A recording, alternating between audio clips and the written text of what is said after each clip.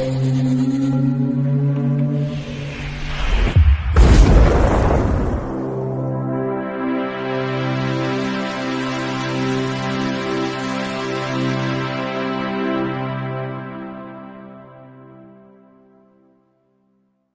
Bayek, it's me, Ian. And in today's video, well, I'm continuing my look at the second season of The X-Files. And this is episode 19, Død Kalm, from 1995. Now, the title is written in German, but I thought I'd spare you my German pronunciation. Previously, we'd had Fearful Symmetry, and then the next one will be Humbug. And this was transmitted on the 10th of March, 1995 on the Fox network. And on the 16th of January, 1996 in the UK, it was transmitted on BBC Two. The story is by Howard Gordon, who we have come across before. And he co-wrote the teleplay with Alex Ganser. Now, in the first season, Howard Gordon wrote 6 stories. Second season, he wrote 5 stories. Third season, 4 stories. And in the fourth season, he wrote 5 stories. So that is a massive contribution to the X-Files. Some great stories there. Now, it's also directed by Rob Bowman, who was another great servant to the X-Files. He directed 33 episodes. Wow, 33 episodes. Also, the X-Files Fight for the Future film from 1998, he directed that as well. And then if you look, he's got a real stack of TV series and TV films that he's been involved in. What a great director he is. Now, the music is, as usual, by Mark Snow. And we'll go through the cast. We've got David Duchovny, of course, playing Fox Mulder. We've got Gillian Anderson playing Dana Scully. Then we've got John Savage playing Henry Trondheim. Now, Henry Trondheim is quite an important character in this story, as you'll see anyhow. Well, if you watch it, you'll see.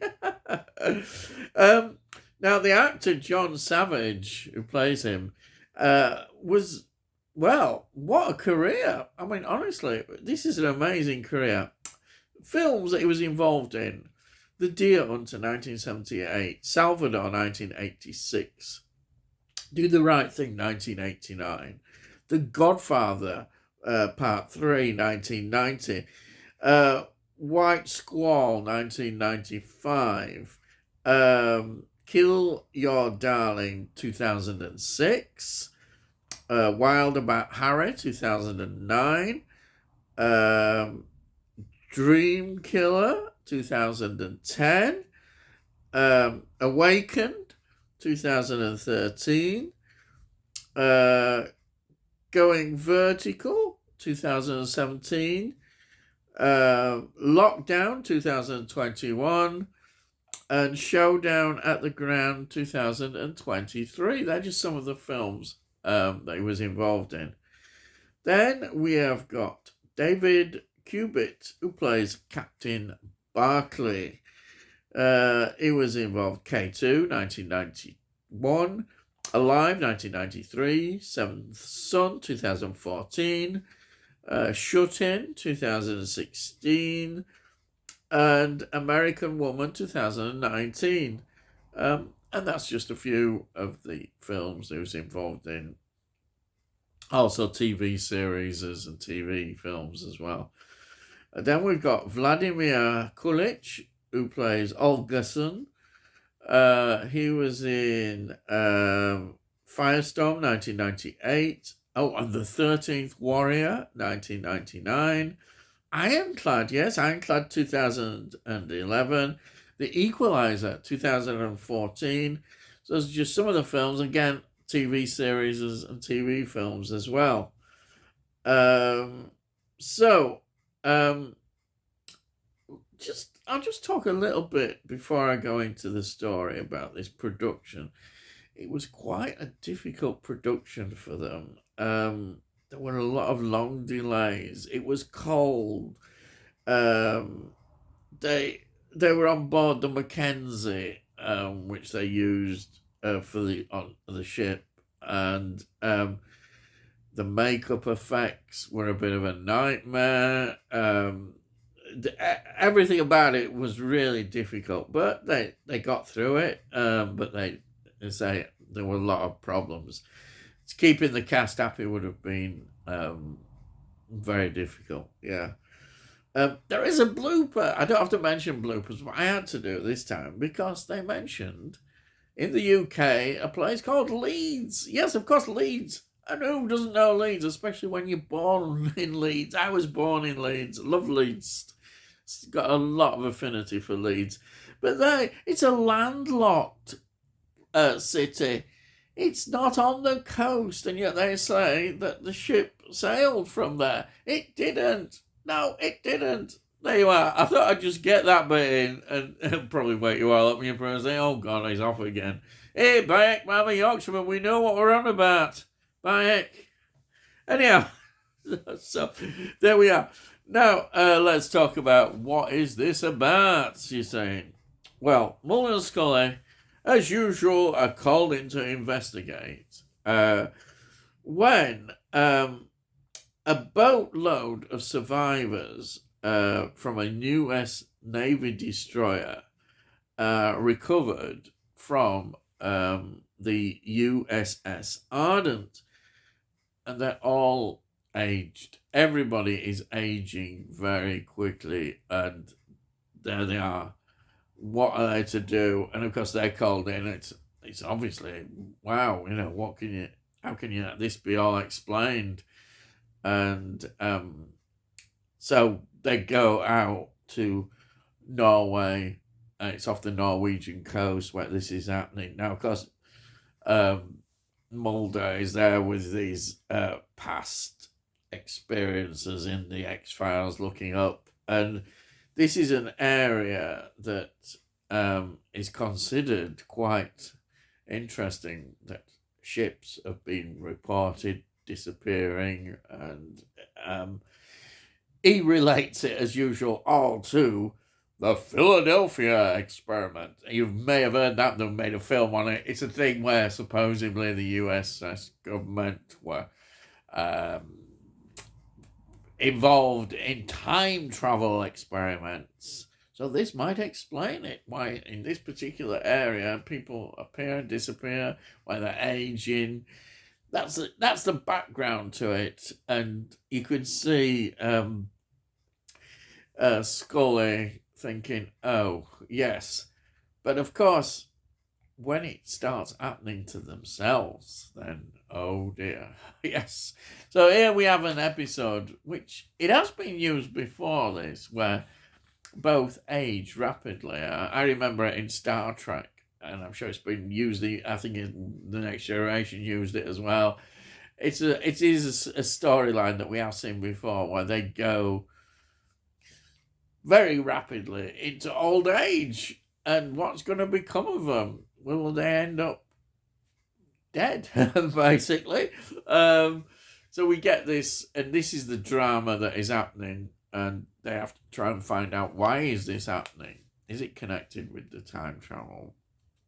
Is it also maybe connected with the water supply on the ship, which is linked with the sewage? And there could be a link there, which they're looking at as we see. So we get all these sort of things thrown into the story, and then it develops that way. Now, I kind of have mixed feelings about this story. It is gripping, and it is kind of, it's a very engaging story. You're thinking, yeah, and as I say, I've mentioned, it is an idea used before.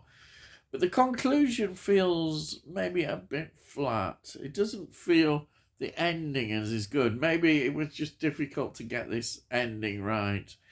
And there's a lot of good stuff in it, as I say. As usual, you see the great relationship between Mulder and Scully as they age. Maybe the makeup doesn't look brilliant. Well, I think for David Duchovny, perhaps it doesn't. Or, well, I don't know. I think even Gillian Anderson. But it's okay. But, I'm not sure whether it was the effect they were looking for. But as I say, the production had a lot of problems, and maybe the makeup was part of that problem as well, of getting it right and the difficulties. So you have to accept that when you actually watch this, that there were problems.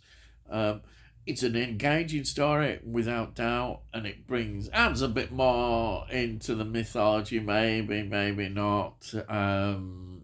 Time travel experiments, we've had that idea before, which is a good idea, always a good idea to explore time travel. Is it done in a good way? Maybe it could be done better. I don't know. But there's some great scenes as well. The fact that you've got this ship, USS Ardent, floating around on the sea, adds quite a lot. It becomes quite, a threatening place to be in.